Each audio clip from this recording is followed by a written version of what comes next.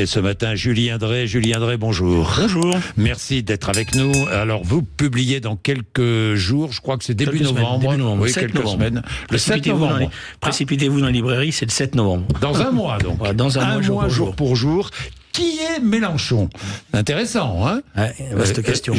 Oui, c'est une question. Tiens, je vais y revenir. C'est une question, parce que il faut préciser, c'est chez Plon, hein, le livre. Il faut préciser que vous avez très bien connu Jean-Luc Mélenchon. Pendant plus de une vingtaine d'années. Une vingtaine d'années, très proche, très ami. Donc, on va revenir évidemment sur Jean-Luc Mélenchon et ses derniers propos. D'ailleurs, ses derniers propos. Il y a un an, massacre commis par le Hamas, 1205 morts, des hommes, des femmes enceintes parfois, des enfants, des mutilations, des viols, des prises d'otages. Il y a encore 64 otages vivants, dit-on. Les chiffres, évidemment, ne sont pas véritablement connus. On ne sait pas réellement. La guerre fait rage contre le Hezbollah, contre le Hamas. Est-ce que les otages sont oubliés aujourd'hui, Julien Drey? Ils sont pas en Israël, puisque vous savez bien qu'il y a un débat récurrent d'ailleurs sur les choix qu'il faut faire. Mais dans le monde entier, on est déjà passé à autre chose. Oui. Je note que par exemple, il y a encore 2 otages français et que il y a très peu de gens qui en parlent. Oui, très peu.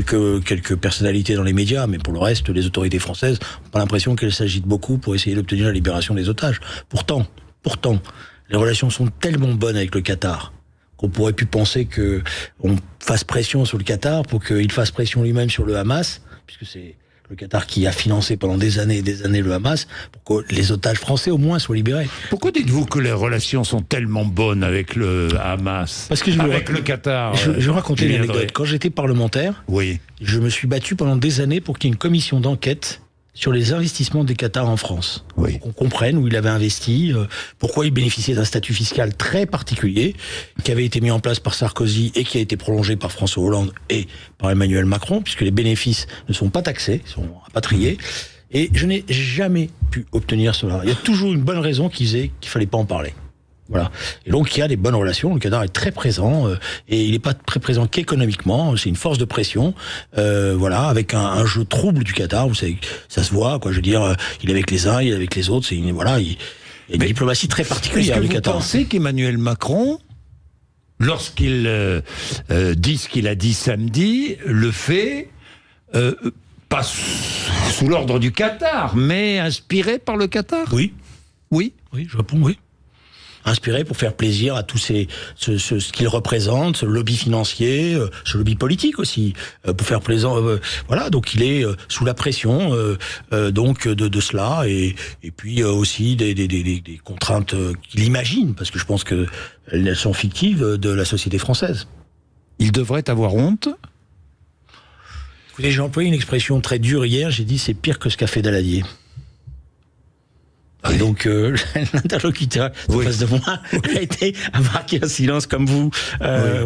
Oui, parce qu'au moins Daladier, il savait qu'il avait fait une connerie. Oui. Voilà. Alors que Emmanuel Macron, il a mis quand même 24 heures à se rendre compte qu'il avait fait une énorme bêtise. Non pas parce que la France livre beaucoup d'armes à Israël, de toute manière ça compte très peu. Ça ne compte pas. Elle livre beaucoup plus d'armes au Qatar. Qui est le 3e acheteur français, l'acheteur d'armes en France. Voilà. C'est pas essentiel, mais parce que c'était une manière c'est une posture, en fait. C'est une posture politique. Alors, je lis dans la presse que les relations entre M. Netanyahou et M. Macron sont dégradées, parce que M. Macron, semble-t-il, a été humilié par le voyage aux États-Unis, qui a servi de prétexte pour faire l'élimination de Nasrallah. Bon, j'en sais rien, tout ça, c'est secondaire. Mais la France n'est pas là où elle doit être. La France, elle doit être aujourd'hui dans le combat pour permettre, par exemple, que le Liban redevienne une nation souveraine et se battre, parce que c'est une opportunité comme jamais pour qu'enfin le Liban se libère du Hezbollah. Alors justement, je vais parler de ces opportunités géopolitiques. Aujourd'hui, Julien Drey, mais je reste sur la déclaration d'Emmanuel Macron qui a appelé, ou Benjamin Netanyahou a appelé Emmanuel Macron, on ne sait pas trop, hier, les deux hommes se sont parlé. Le temps du cessez-le-feu est désormais venu, a répété Emmanuel Macron. à Benjamin Netanyahou, qui lui réplique « J'attends un soutien de la France et non des restrictions ». Voilà, les deux positions. Mais le temps du cessez-le-feu, il a toujours été là depuis le début. Il suffit simplement que, on libère les otages, qu'on dépose les armes et qu'on arrête de tirer des milliers et des milliers de missiles pour le Hezbollah sur Israël, alors qu'au point de départ, il n'y a pas de conflit entre le Liban et Israël, il n'y a pas de conflit territorial, à part une ferme de Sheba, mais qui est vraiment mineur. Voilà, et c'est pareil pour le Hamas. Vous savez, j'ai toujours posé cette question-là et je continue à la poser. Ils ont construit des souterrains qui sont plus grands encore en superficie que la ville de Gaza elle-même. Combien de Gazaouis ont pu accéder à ces souterrains pour se protéger des bombardements ? Vous vous rendez compte l'argent qu'il a fallu dépenser pour construire ce qui est une énorme infrastructure qu'il faudra étudier, puisqu'il y a des souterrains entre Gaza et l'Égypte où des camions entiers peuvent passer. Vous vous rendez compte si tout cet argent avait été consacré au développement de Gaza, qui par ailleurs avait un énorme potentiel. Quand il y a les accords d'Oslo et la possibilité peut-être de faire naître un État d'Israël, je me rappelle toujours de cette phrase des autorités israéliennes, de M. Pérez notamment, qui me disait, qui nous a dit, dans une délégation dans laquelle j'étais, Gaza peut devenir la perle du Moyen-Orient. Voilà. C'est pas ça qu'ils ont fait. Mais Julien Drey, si on appelle à un cessez-le-feu, la cohérence, c'est de ne pas fournir des armes de guerre. C'est ce que dit Emmanuel Macron. Mais d'accord, mais il a appelé un cessez-le-feu avec les États-Unis. Non, mais la question, c'est pas le cessez-le-feu, c'est qu'est-ce qui se passe après le cessez-le-feu. Moi, je veux bien. Justement. Voilà. Connaissez-vous quelle est la stratégie de Benjamin Netanyahou après le cessez-le-feu, s'il y a un cessez-le-feu? La stratégie, je ne suis pas là, je ne suis pas le porte-parole de Benjamin Netanyahou, je le dis tout de suite. Je suis même pas citoyen israélien, donc j'ai pas à m'initier là-dedans. Je suis pas sûr qu'ils aient une solution politique, mais d'un certain point de vue, le 7 octobre, dans la journée, c'est une question nouvelle qui est posée pour Israël. C'est plus simplement la question d'un État palestinien. La question qui est posée, c'est la survie de l'État d'Israël. La forme qu'a prise le 7 octobre, la forme, le déroulement des événements le 7 octobre, ceux qui l'ont conçu, ils savaient très bien le choc que ça allait créer. Or, vous savez, ça fait 20 ans que ça dure. Parce que j'étais là au moment où la possibilité de la naissance d'un État palestinien, j'ai eu Yasser Arafat en face de moi, qui m'a dit « j'ai le temps, je suis pas pressé ». Or, tout était prêt. Tous les accords, ce qu'on appelle les accords de tabac, donnaient la naissance d'un État palestinien. Ils ont refusé. Et à partir de là, la radicalisation a entraîné la radicalisation. C'est-à-dire que la société israélienne, qui était prête à faire ce pas, quand elle a subi les attentats aveugles, etc., elle s'est radicalisée, d'où les victoires de M. Netanyahou à répétition, et d'où en face, puisque c'est Netanyahou, vous voyez bien, c'est donc l'engrenage. L'engrenage qui s'est enclenché, c'est ça le fond de l'affaire. Donc le rôle de la France, ça serait plutôt de proposer des solutions, d'être à l'initiative. Donc de dire, par exemple, aujourd'hui, je prends un exemple au Liban, le Hezbollah doit déposer les armes, l'armée libanaise doit se déployer à la frontière entre Israël et le Liban, l'armée libanaise, voilà, et il doit y avoir, peut-être pas la paix tout de suite, mais au moins un traité de non-agression. Et le Hezbollah doit être mis hors jeu de la vie politique libanaise. C'est ça. C'est exactement l'inverse qu'est en train de faire la diplomatie française. Elle est en train d'essayer de sauver le Hezbollah.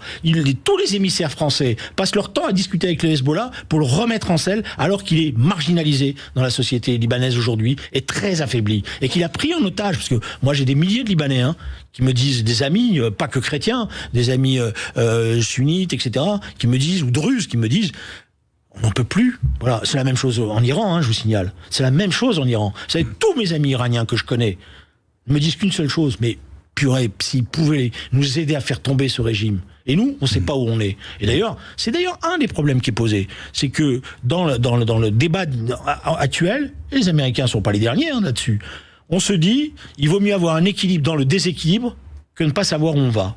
Donc, on joue avec le régime iranien. On joue avec lui. Pour le maintenir en place. Est-ce que Benjamin Netanyahou, où il est au pouvoir en Israël, n'a pas jeté un doute dans l'esprit de ceux qui le soutiennent? Je pense des Américains, je pense aux Français, Et il parle de victoire totale, mais sans expliquer ce qu'est réellement la victoire totale, Julien Drey. Alors, moi je pense que, la société israélienne, elle est traumatisée, ne vous trompez pas, elle est traumatisée depuis 7 octobre. Et ça va pas être facile, dans les années à venir, de lui faire admettre à nouveau qu'il faut créer un État palestinien.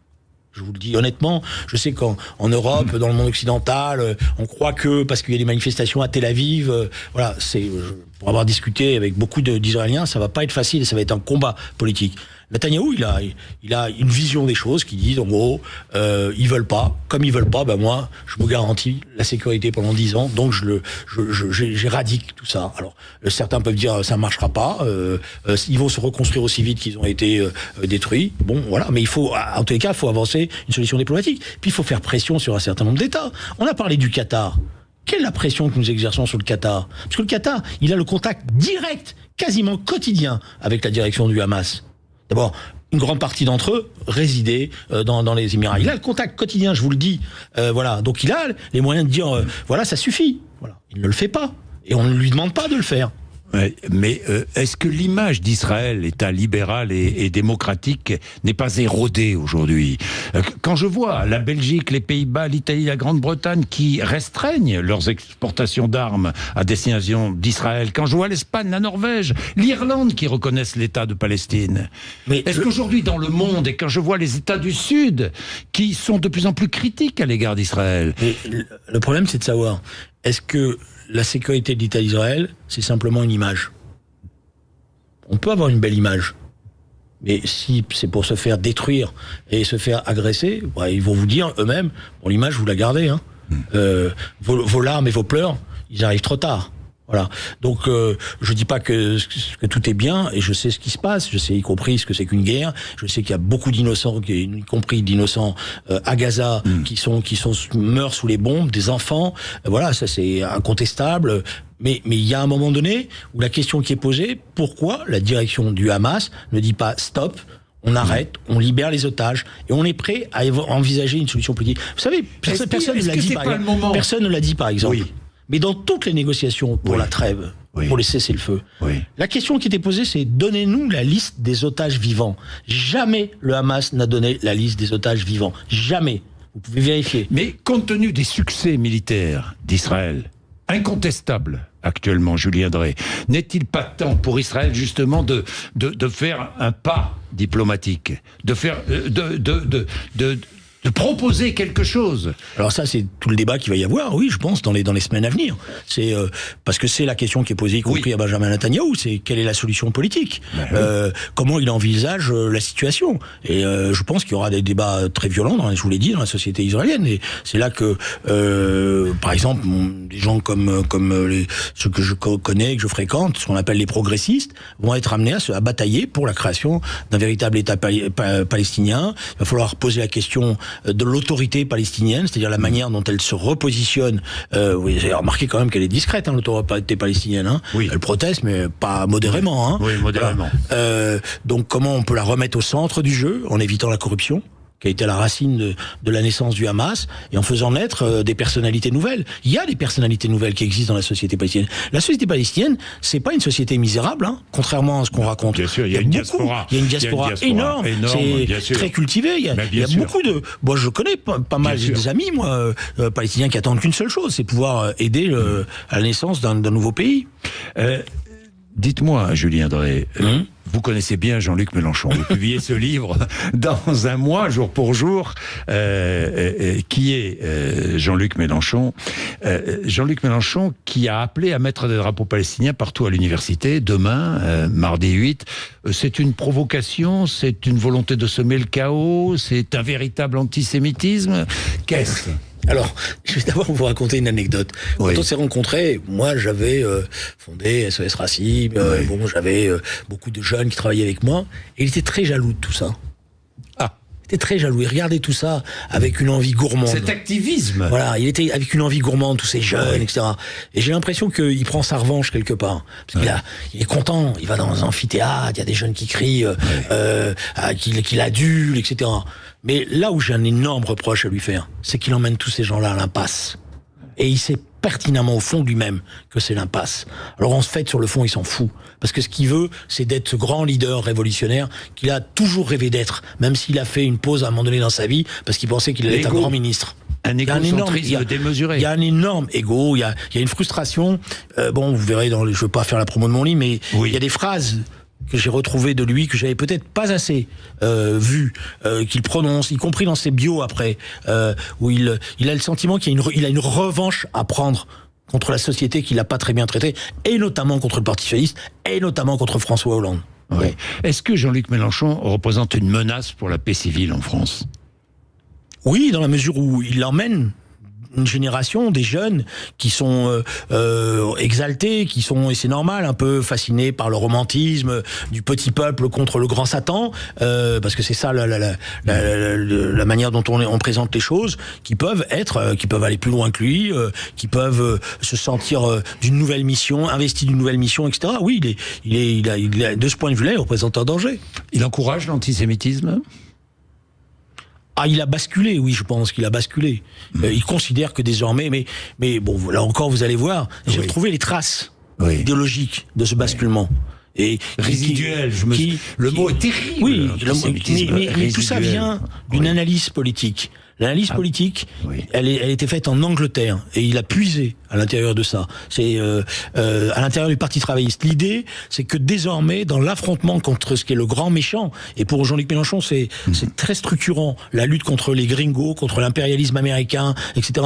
On a eu des grandes engueulades là-dessus, parce que souvent, on s'engueulait, et je disais, moi, je vais te dire, du temps de la guerre froide, je préférerais vivre à New York que à Moscou. Je dis, mais non, pas du tout, etc. Je dis, si, excuse-moi, voilà. Et donc, pour lui, le grand Satan, parce qu'il a beaucoup travaillé avec l'Amérique latine, et c'est vrai que les peuples d'Amérique latine, ils ont une vision de l'Amérique, et donc pour lui, c'est le grand Satan, et le grand Satan, il est aujourd'hui combattu, la pointe avancée du combat contre le grand Satan, c'est ce qu'ils appellent les masses islamisées. Et donc, il faut s'allier avec elles, parce qu'elles seront un instrument pour préparer le grand soir ou la mutation. Il utilise le communautarisme à des fins électorales et pour conquérir le pouvoir, éventuellement. Oui, il favorise. Il a fait de ce point de vue-là, autour de lui, ont émergé des figures qui ont fait la démonstration électorale. Là aussi, vous allez voir le tournant quand ça va, qui ont fait la démonstration électorale que potentiellement son avenir n'est plus dans le prolétariat blanc, excusez-moi, ou dans, par exemple, les gilets jaunes, et il est dans les quartiers, la population. Et d'un certain point de vue, faut être honnête, ça n'a pas trop mal marché pendant les élections européennes. Et ça lui permet d'avoir des fiefs. Donc la France Insoumise aujourd'hui... C'est ce que dit François Ruffin. Oui, mais la France Insoumise, aujourd'hui, c'est pas un parti national. C'est un parti de bastions. Et dans ces bastions, effectivement, il y a une culture communautaire. Oui, c'est un parti qui défend une communauté, une idée communautaire. Mais moi, j'ai pas une communauté, mais une idée communautaire. Mais je vais vous dire, parce que je discute et puis que j'ai regardé beaucoup d'amis. J'ai des amis français, mais de confession musulmane, qui en même temps, souvent dans les conversations, quand on va jusqu'au bout, me disent mais l'islamophobie. Je dis mais arrêtez de vous me casser les pieds, l'islamophobie en France. Vous connaissez un pays qui permet en 10 ans qu'il y ait 3000 mosquées qui se construisent, où qu'il y ait des préjugés anti-musulmans, etc. Ils vont vous répliquer, on pourrait dire la même chose sur l'antisémitisme. Oui, il y a plus de crimes antisémites que de crimes islamophobes, excusez-moi, aujourd'hui. Bon, donc, je dis pas qu'il n'y a pas des préjugés, il y a des préjugés, qu'il n'y a pas de racisme anti-musulman, etc. Mais la société française, elle n'est pas construite dans une lutte et une guerre contre l'islam. Mais certains voudraient que ça soit ça. Et les islamistes poussent à ça. Ils veulent ça, ils veulent embrigader. Et Jean-Luc Mélenchon joue ce jeu-là. Ah ben il participe de cette division-là. Oui, il participe, il est un instrument. Mais je suis certain que si on fouillait, on va trouver, parce que tous ces gens-là écrivent des choses. Bon, on les lit pas beaucoup, mais ils écrivent. Je suis certain qu'on va trouver des tas de textes, des organisations islamistes qui disent il faut travailler avec la France Insoumise, sont nos amis. Mais regardez ce qu'on dit le Parti des Indigènes de la République. Ils disent on l'a gagné à notre cause. Désormais, c'est le meilleur de nos vecteurs. Bon, c'est le Parti des Indigènes de la République. On sait ce que c'est. Est-ce qu'il a fait beaucoup de mal à la gauche ? Oui, et c'est pour ça que je lui en veux beaucoup. Oui. Parce qu'il a impuissanté la gauche. La gauche aujourd'hui, regardez, vous savez, le sénateur Malhuret, avec qui j'ai peut-être beaucoup de divergences, etc., mais je trouve qu'il a un talent fou dans son expression au Sénat. Et il a fait une intervention récemment qui a beaucoup circulé, où il dit, regardez cette gauche qui s'est tiré une balle dans le pied. Elle pouvait avoir accédé au gouvernement, mais il y a un homme qui est venu qui a dit, le programme, tout le programme, rien que le programme. À partir de là, il empêchait tout compromis politique. Olivier Faure s'est couché, pardonnez-moi l'expression un peu familière. Non, elle est même gentille. Elle est gentille. Elle est gentille, oui. Je m'excuse de vous le dire, mais cet ancien rocardien, puisqu'au départ, moi, quand je l'ai connu, il était rocardien, pour des raisons qui sont pas forcément toujours explicitées, est totalement fasciné par ce que représente la radicalité de Jean-Luc Mélenchon. Alors il dit que non, c'est pas vrai, etc. Parce qu'un jour il met le pied à droite, un autre jour il met le pied à gauche. Mais la vérité, c'est que le Parti socialiste, bon, je dis pas qu'à un moment donné il fallait pas en passer par une forme d'unité, etc.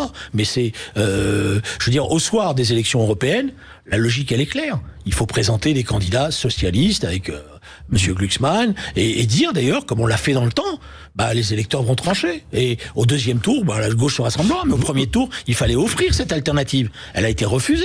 Alors il nous dit, mais j'ai sauvé, qu'est-ce qu'il a sauvé? 7 députés, 8 députés, 10 députés. Donc on vend son âme pour 10 députés. C'est ça le Parti socialiste d'aujourd'hui? Et d'ailleurs, je pense, et je le dis, et peut-être que d'ailleurs je vais reprendre un peu de service pour ça, il est temps de se débarrasser de cette direction du Parti socialiste actuel. Reprendre du service pour ça, c'est-à-dire vous êtes resté un homme de gauche. Oui, je suis resté profondément un homme de gauche. Et c'est parce que je suis un homme de gauche que je suis révolté par ce qui s'est passé dans le monde depuis le 7 octobre. Oui. Parce que je n'ai pas compris que une partie de la gauche ne comprenne pas que c'était des forces terribles qui allaient la détruire, qui étaient en mouvement, et qu'elle devait au contraire se démarquer de tout ça. Voilà. Donc vous êtes resté un homme de gauche, oui. Vous allez reprendre du service, c'est-à-dire? Oui, c'est-à-dire que je pense que je vais aider, parce que moi j'ai plus l'âge, je n'ai pas été en première ligne, mais aider une nouvelle génération à émerger dans la gauche social-démocrate, comme on dit. C'est Raphaël Glucksmann, par exemple, qui la représente? Oui, moi je cherche pas. Oui, il y en a beaucoup d'autres, finalement. Quand on regarde, il y a aujourd'hui toute une génération. Je veux dire, je pense au maire de Saint-Ouen, qui est une jeune pointure montante, mais qui a des qualités. Je pense au maire de Montpellier. Je pense à Carole Delga. Je pense à Mathieu Klein. Il y a toute une génération. Donc il faut leur permettre maintenant d'émerger pour que ça soit eux qui prennent le pouvoir. Et de rompre avec Jean-Luc Mélenchon. Voilà, vous savez, leur demander de rompre avec Jean-Luc Mélenchon. Mais vous savez, je vais vous faire la comparaison. Mitterrand a construit l'avenir du Parti socialiste sur l'union de la gauche. Il faut aller en passer par là à l'époque.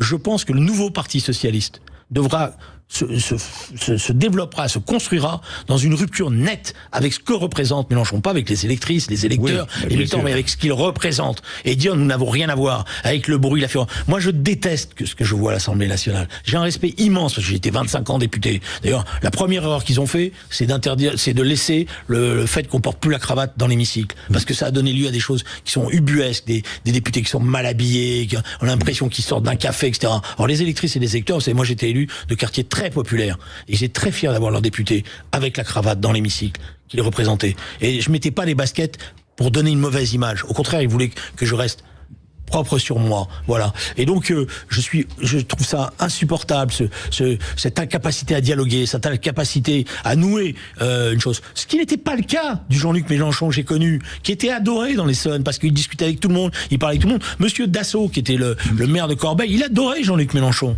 Parce que il disait quel homme de culture, etc. Maintenant, c'est devenu quoi? Un leader de manif étudiante? Merci Julien Drey d'être venu nous voir ce matin. Je rappelle ce livre, Qui est Mélenchon, qui sort votre livre, le 7 novembre prochain chez Plomb. Merci d'être venu nous voir. Merci de m'avoir reçu. Patrick Roger, juste après les infos de 9h.